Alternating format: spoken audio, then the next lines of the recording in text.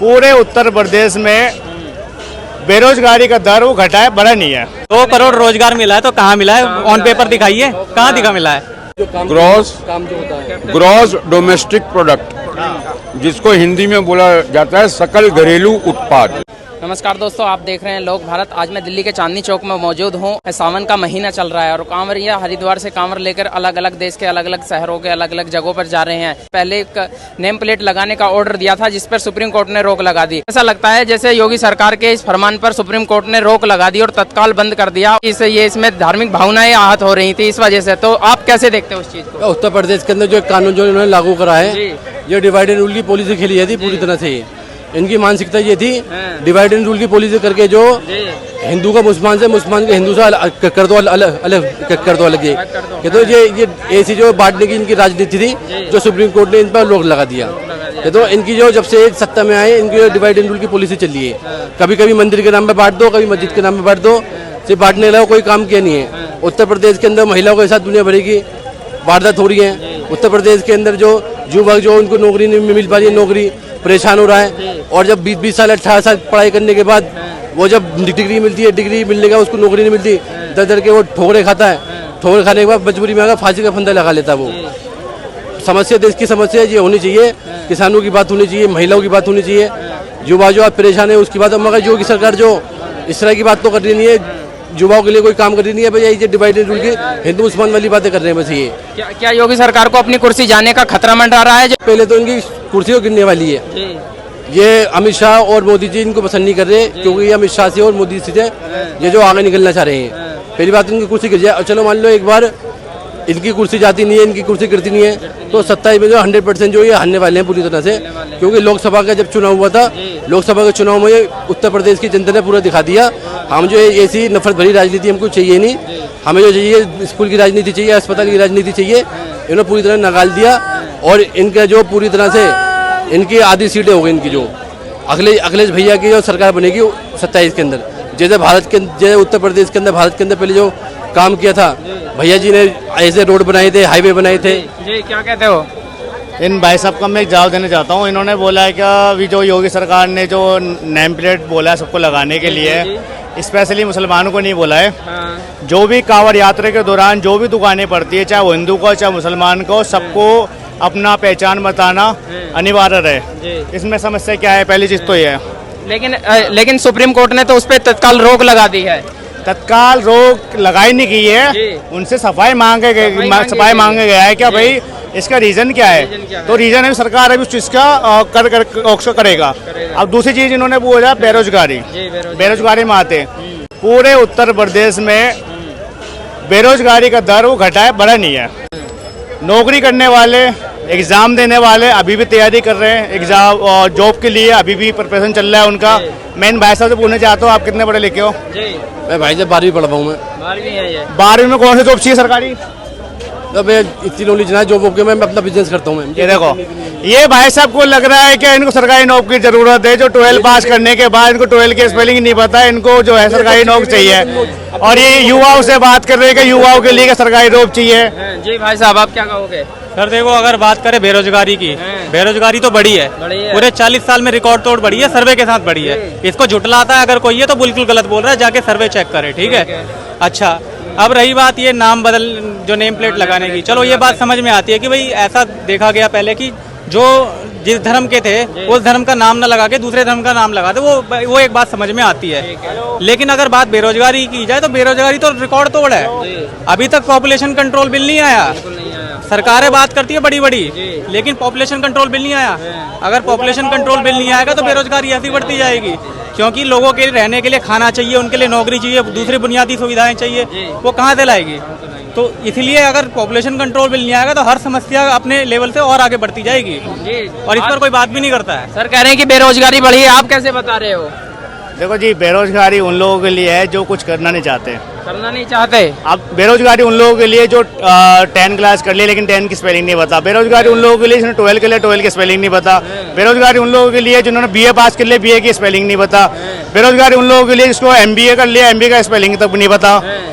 बेरोजगारी है, मैं मानता हूं बेरोजगारी है, लेकिन बेरोजगारी सिर्फ हम ये थोप देंगे सरकार के ऊपर, थोप देंगे बेरोजगार सरकार अगर देगी सरकार अगर पूरे साल अगर 2 साल 2 करोड़ 3 करोड़ अगर हर साल सरकार अगर जो प्रोवाइड करती है, ठीक है, बाकी प्राइवेट सेक्टर में कहा जाएगा। प्राइवेट सेक्टर भी तो एक वो है ना, प्राइवेट सेक्टर, उसमें भी जाओ आप। तो जब मोदी प्रधानमंत्री बने थे, प्रधानमंत्री बनने पहले उन्होंने बोला था अगर मैं प्रधानमंत्री बन गया, भाजपा की सरकार बनेगी, 2-2 करोड़ नौकरी सबको मिलेंगी, 2-2 करोड़ नौकरी सब। भैया देखो इनकी बता रहा हूँ मैं, 2-2 करोड़ रुपया वादा किया था, मैंने भी देखा था, ऐसी बात नहीं है। अब इनके हिसाब से लग रहा है कि 2 करोड़ नौकरी मतलब मिलना चाहिए, मिला है, ये नहीं कि मिला नहीं मिला है। मेहनत करने वाले होने चाहिए, जिस फील्ड में जाना चाहता है उसके लिए होने चाहिए। जी 2 करोड़ नौकरी मिला है क्या? सर देखिए, वैसे तो मेरा दोस्त है, मेरा भाई है, ठीक है, लेकिन इसकी बात से मैं सहमत नहीं हूँ। 2 करोड़ रोजगार मिला है तो कहाँ मिला है? ऑन पेपर दिखाइए, कहाँ दिखा मिला है? ठीक है। दूसरी बात ये कि देश की जो अर्थव्यवस्था है, आप उसे देखते हैं कि देश हमारा जो है वो 5वें नंबर पे है, ठीक है, हमारी अर्थव्यवस्था 5वें नंबर पे। लेकिन बात अर्थव्यवस्था की नहीं है, आप ये देखिए पर कैपिटा इनकम हम कहाँ पर हैं? 142वें नंबर पर हैं हम लोग। ये देश की आबादी बढ़ जाने से जो अर्थव्यवस्था बढ़ गई है उससे फर्क नहीं पड़ता है, एक आदमी कितना कमा रहा है उससे फर्क पड़ता है, उसे कहते हैं पर कैपिटा इनकम। जब मनमोहन सिंह जी की सरकार थी, देश की जीडीपी 8.5% जीडीपी थी, और आज तुम सर्च मान लो पता चल जाएगा देश की जीडीपी 3.5% जीडीपी है। और 2-2 करोड़ नौकरी देने की बात की थी, 2-2 करोड़ नौकरी मिली नहीं, बल्कि जो पिछले 10 साल के कार्यकाल में 14 करोड़ नौकरी खत्म हो गई। कहने का मतलब लोगों के पास रोटी नहीं है, लोगों के पास कारोबार नहीं है। और जब हिंदुस्तान के अंदर कोरोना आया था, कोरोना आने से पहले राहुल गांधी ने मना करा था इसको बाहर के लोगों को अंदर मत आने दीजिए, मगर 50,000 की पब्लिक मोदी जी ने अपने ट्रम्प के साथ बुलाई उनको, और पूरे अहमदाबाद में कोरोना फैल गया, गुजरात में कोरोना फैल गया, मध्य प्रदेश दिल्ली, पूरे हिंदुस्तान के अंदर कोरोना फैल गया, और 7 लाख जान गई। किसकी वजह से? भाजपा सरकार की वजह से 7 लाख जान गई।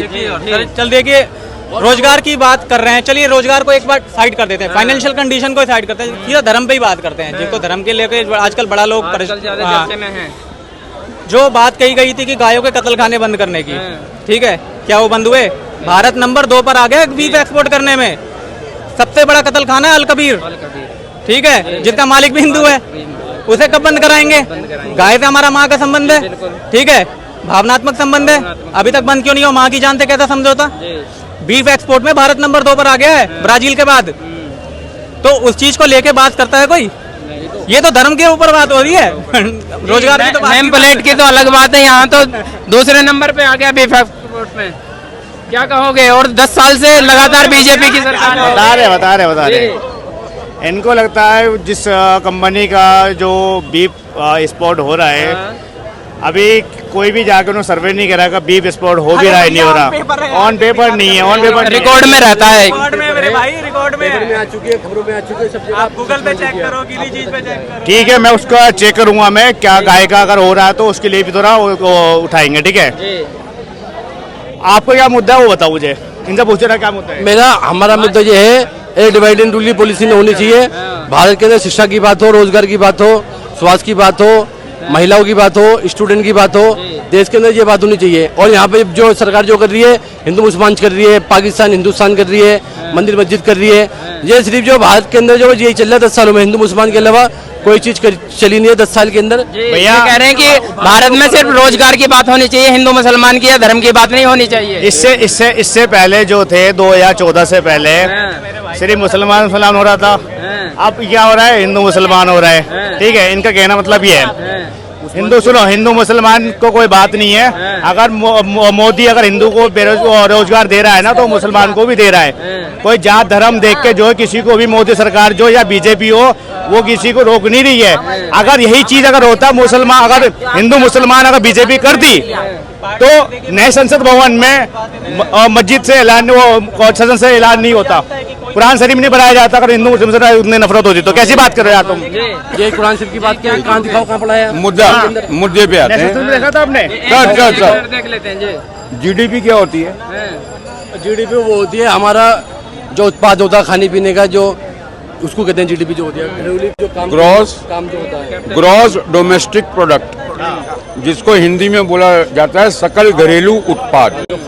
सकल घरेलू उत्पाद अभी हम चल रहे हैं 7 पॉइंट के करीब, और अगर कोई बोल रहा है हम 3.2 पॉइंट पे चल रहे हैं तो वो अपना ज्ञान वापस लेके आए। पूरे वर्ल्ड में हमारी जीडीपी सबसे ज्यादा है।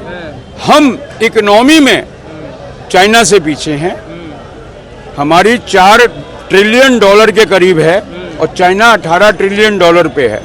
4.5 गुना चाइना हमसे ऊपर है। जीडीपी के मामले में हम पूरे वर्ल्ड में पहले नंबर पे हैं। आज अमेरिका की जीडीपी 4.9 है, जो डेवलप्ड कंट्री है, जिसका डॉलर का सिक्का चलता है पूरे वर्ल्ड में, वो 4.9 पे चल रहा है। जो उसकी बात इकोनॉमी की बात कर रहे हैं, पहले मनमोहन, जब अटल बिहारी वाजपेयी की सरकार थी, इकोनॉमी के मामले में हमारा देश जो है 94 नंबर पे आता था।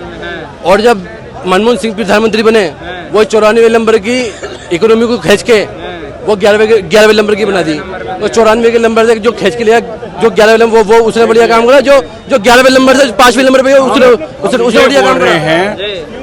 2014 से पहले वर्ल्ड में हम 11वें नंबर पे थे, आज हम वर्ल्ड में 5वें नंबर पे हैं। 10 साल के अंदर, जो 60 साल में नहीं हुआ। 94 से वो 11 पे लिया। नहीं, जो हम मतलब 60 साल में नहीं हुआ, वो अब हो चुका है। तो मैं कह रहा हूँ 5वां नंबर पे आना बहुत बड़ी बात है सर। और हम अभी पीछे किस मामले में हैं, वो मैं आप लोग को बता देता हूँ। बेरोजगारी बहुत बड़ा मुद्दा है। अभी जो बजट आया है, पहली बार, चाहे मोदी के ऊपर आप डर समझ लो या प्रेशर समझ लो, उन्होंने अगर 2 लाख करोड़ रुपया अलग से साइड में कर दिया युवाओं के लिए, 500 कंपनियों में इंटर्नशिप देने के लिए 1 करोड़ युवाओं को, और 4000 युवाओं को कंपलसरी कंपनियां रखेंगी। और जो उनका प्रोविडेंट फंड है, जैसे ये मेरे मालिक हैं, मेरी सैलरी में से 3000 रुपया मेरा प्रोविडेंट फंड कटता है, और ये अपनी जेब से 3000 रुपया देते हैं, तो वो मिला के 6000 मेरा प्रोविडेंट फंड बनता है। तो सरकार ने बोला 2 साल तक ये नहीं देंगे, सरकार खुद 3000 रुपया हर महीना देगी।